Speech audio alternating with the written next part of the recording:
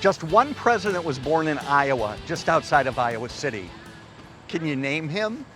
The only Iowan commander-in-chief was born in West Branch, just east of Iowa City. His name, Herbert Hoover.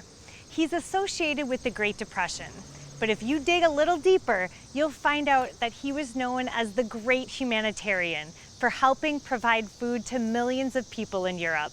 The Hoover Presidential Library and Museum tells his story best.